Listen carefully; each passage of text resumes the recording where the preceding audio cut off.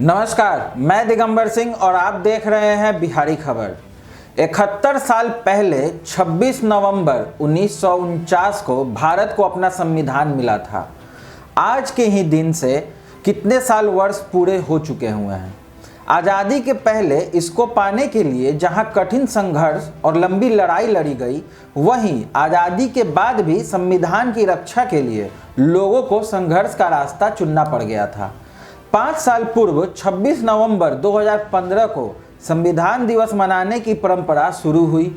जून 1975 से मार्च 1977 तक 21 महीने का समय भारत में संविधान के लिए संकट का समय रहा, जिसकी रक्षा के लिए लोगों को अपना सर्वस्व न्यौछावर करना पड़ा था।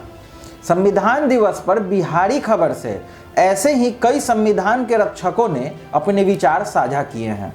आपातकाल में कई महीने जेल में रहे पूर्व मंत्री गिरीश नारायण पांडे कहते हैं, अपना संविधान और उसकी क्या अहमियत जीवन में होती है उसका एहसास तब हुआ जब आधी रात को उनके घर से जबरन उठाया गया।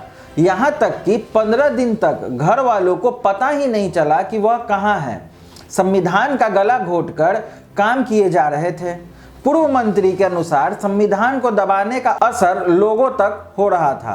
पूरा देश एक जेल बन चुका था। इसके बावजूद इसके पूरा देश एक स्वर में उठ खड़ा हुआ और अपने संविधान की रक्षा के लिए सारी यातनाएं झेली और अंत में सरकार को झुकना पड़ा।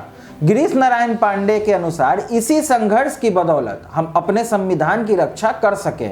वरिष्ठ पत्रकार और लोकतंत्र सेनानी केबी सिंह का कहना है कि देश की स्वतंत्रता का आधार हमारा संविधान है और जब भी इस पर संकट आता है तो वह हमारी आज़ादी पर संकट होती है।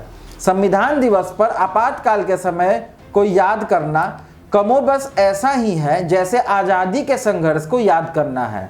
केबी सिंह के अनुसार आपातकाल की पूरी लड़ाई आज़ादी की लड़ाई थी। अंतर केवल यह था कि हम अपनों से ही लड़ रहे थे। उस दौर में जिस तरह से आमजन की हालत थी और जेल में उनके लिए संघर्ष की दास्तां लिखी जा रही थी, इसी का परिणाम है कि हम इस दिन को गर्व से मना रहे हैं। केबी सिंह ने युवाओं का आह्वान किया है कि आपातकाल से प्रेरणा लेकर भारतीय संविधान के अधिकार और कर्तव्यों का पालन किया जाए। आपातकाल के दौर में अंडरग्राउंड रहे रविंद्र चौहान ने बिहारी खबर से ये भी कहा कि संविधान की रक्षा के लिए उस समय लोग खड़े हुए थे। सबकी एक ही आवाज़ थी अपने संविधान को बनाए रखने की। हम सभी को इसे हमेशा याद रखना चाहिए। रविंद्र चौहान के अनुसार यदि जिस तरह संविधान को पाने की लड़ाई लड़ी गई, उसी तरह आपातकाल में इसकी रक्षा के लिए संघर्ष करना पड़ा। संविधान दिवस पर हम सभी को संकल्प लेना चाहिए कि हम सब इसके मूल्यों के अनुसार आचरण करें और इसकी रक्षा के लिए सदैव तत्पर रहें। आज के लिए इतना ही। आगे की और खबरों के लिए हमसे जुड़े रहें। बिहारी खबर का फेसबुक पेज और यूट्यूब चैनल को लाइक, शेयर और सब्सक्राइब करना ना भूलें। धन्यवाद।